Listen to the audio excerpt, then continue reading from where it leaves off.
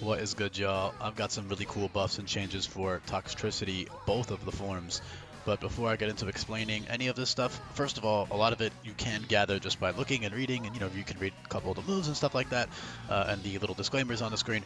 But of course, a lot of it will still require explanation. But before I do get into any of that stuff, which I will get into in a second, I want to have a quick disclaimer for anybody who's new here. First of all, shout out to you. I appreciate you clicking on the video. And second of all, I recommend that if you are new here to pause the video and read the description because it has a lot of important background information about how the ROM hack is balanced and my general approach with things. I also have videos you can check out when this one is finished. Don't click off yet because that'll mess up my watch time and stuff. And if you want to support me in my work, the best way to do that is to subscribe, drop a comment, drop a like, all that good stuff. Watch to the end. That's really important as well. But yeah. When you're done with the video, you can check out other videos and then also check out the Google Sheet link down below if you haven't done that already, or if you're new here. I recommend you can look through all these categories for the move buffs and changes, and it'll help you understand like the categories that all the moves fit into now. Of course, I will be covering some of them in this video, but I don't have time to cover every single little move effect and change. So yeah, with all that being said, Toxtricity. So they've got really cool things going on with their stats and abilities, with the amped form being more offensively oriented and the low-key form being more utility oriented. Of course, low-key form is still strong. I mean, it has the same special attack. They both get amplifier. And amped form still has the same utility moves that low-key form gets. It's just the fact that their abilities change and their stat distribution changes a bit. So motor drive, pretty self-explanatory, logical choice. I'll get into the implications mechanically of that later on, but logically, I mean, it makes perfect sense for them. It's a really fitting ability. And then you've got Amplifier, which is literally just Punk Rock, but renamed to fit other Pokemon better. And then you've got Moxie or Prankster. So Moxie's cool. I mean, both of them are very fitting, right? Like, they're just delinquent, hoodlum, like, fucking Rockstar Pokemon, right? So if you go to like their dex entries and stuff, a lot of them talk about like it's being aggressive and it's picking fights, cool stuff like that. They've also got some dex entries talking about like chugging water and stuff and other water related stuff, so that's why I gave them stuff like water pulse and stuff, if you're wondering. I just said ant stuff like 4 fucking times, Jesus, but yeah. Low-key form, I would personally take low-key form every single time over amped form. I think it's so much more interesting to use and so much more fun and more versatile. But, if you like pure Unga, then you can go for the amped form because it is slightly faster, which it doesn't make that much of a difference with Scarf, to be honest. It does make a difference if you get like a plus speed nature, then amped form is really good because that 98 base speed is like much better.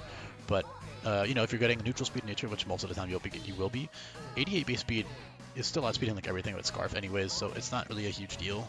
The speed difference, it's pretty minor, and again, unless you get a minus speed, a plus speed nature, or even a minus speed nature, both of which would maybe influence you to use a certain form more. Like maybe you want the 98 base speed with Amped, so you can outspeed more with Scarf if you get a minus speed nature, or if you get plus speed nature, then it's like, okay, I can outspeed things without needing a Scarf. So maybe I go for amped form. But I mean, it's up to your personal preference. Moxie Scarf is pretty cool, of course. Like, it's got good physical moves. It can also do stuff like Zing Zap, which boosts your speed. And you do need to keep in mind Zing Zap is requiring you to run Wide Lens. So you can use like Zing Zap plus Wide Lens plus like Gunk Shot, Supercell Slam. Sing is pretty cool with Wide Lens. That also works with Prankster low key form. That same set, can work well with either Moxie or Prankster.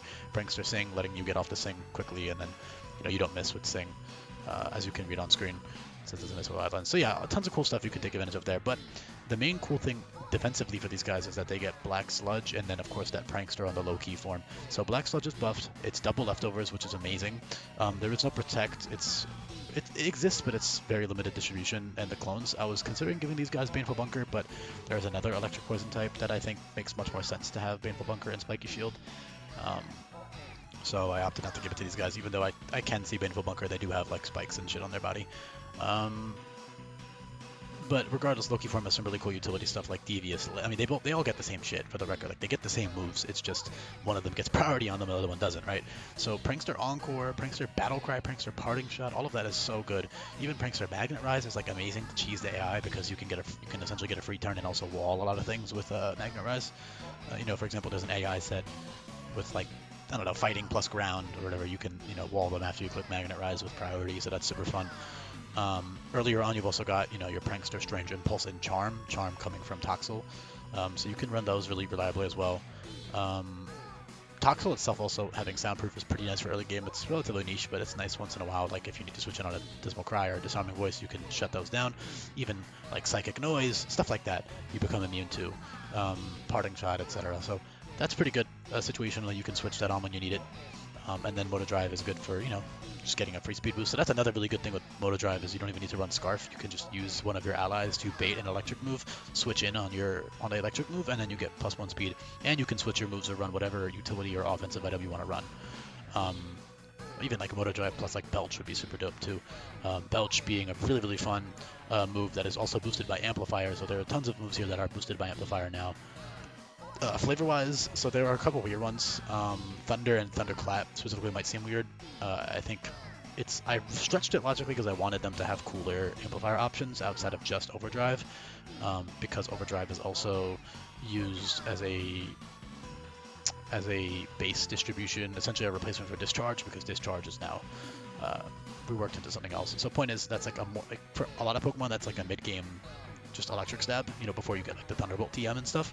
And if you want something stronger than Parabolic Charge, because Parabolic Charge it's incredible. It heals you by 75% of the health that you deal, and it's 60 base power, but it's not high base power. So if you want like something more offensively oriented, you've got that Overdrive. And in this case, Overdrive becomes, so I have a whole diagram on the Google Sheet if you go to the ability guide. So it shows you all the base power of the amplifier moves. So you can just look at the screen right now and this will tell you all the base power of the moves. Of course, they only get some of these, but they get Boom Burst, Draconic Voice, Belch, Uproar, Thunder, Alluring Voice, Overdrive, Thunderclap, and then Disarming Voice and Dismal Cry. So Disarming Voice and Dismal Cry becomes 78 base power. Alluring Voice becomes 104 base power, so that's good fairy coverage. Psychic Noise 110 base power, that's really strong psychic coverage. Overdrive 98 base power, which is really strong at level 24. It's also stronger than Thunderbolt, and it's 100% accurate, has no drawback, so that's just a nice, reliable, strong electric stab move. Of course, later on you get stuff like Thunder and Thunderclap. Thunderclap being incredibly impressive because it's, logically, the reason I gave those amplifier boosts, by the way, or I made them sound moves. Keep in mind also, this all works with Throat Spray, which is the weird part. That's the reason I was debating not doing it, but I think it's still cool.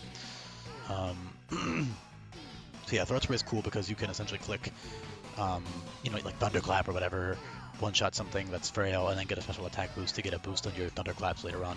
Keep in mind, Thunderclap is a late-game move, but it's still really cool. And then, of course, Wide Lens. Thunder does require Wide Lens or Rain to be up, but I think if you can get the Rain up, then Scarf, Amplifier, Thunder goes crazy if you just get the Rain up beforehand.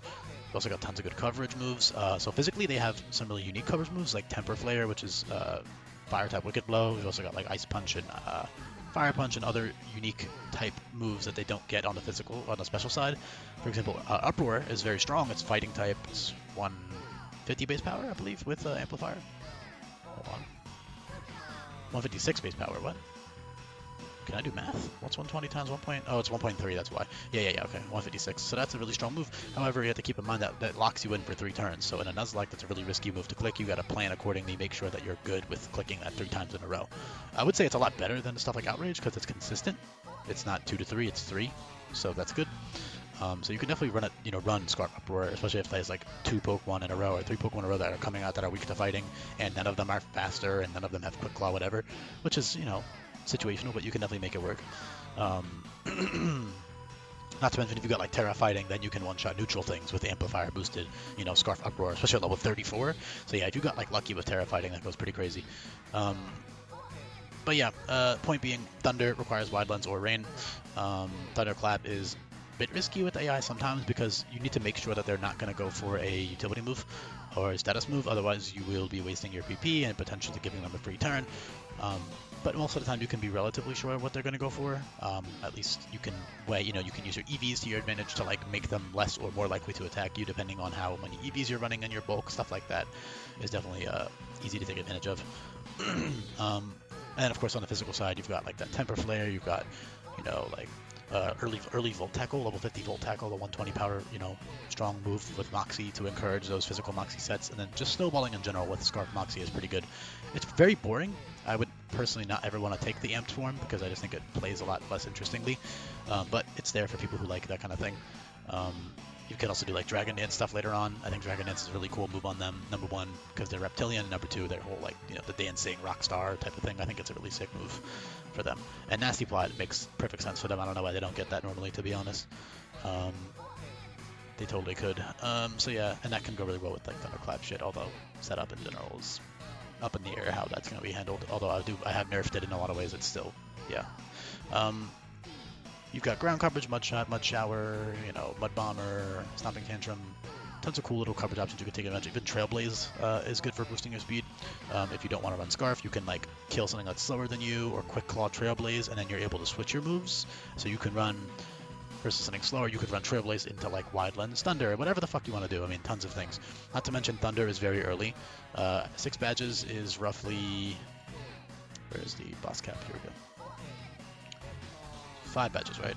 No, 6. 6 badges is, yeah, 41 to 47. So that's really early for Thunder, for something that strong, that's amplifier boosted. I still haven't explained the fucking logic of it. Oh my god, it's 10 minutes in the video. I mean, it makes it, I think people can assume, right? It's the Thunder, like it makes noise. So I reworked the description to specify that it's a loud, like a boom, that accompanying the electric attack. So it's like, oh, thunderclap, like it's a loud electric attack. So that justifies the sound aspect. Obviously, throat spray is good. But Prankster is so fucking fun, man. I mean, dude, even just like simple shit like Encore Parting Shot is great, let alone, you know, Taunt is awesome, T-Spike, so many good. Battle Cry is insane. I already covered Strange Impulse and Charm. Battle Cry is basically both of those moves in one. So that's awesome. You've also got Prankster Molt for healing, or Recharge. That's also really good.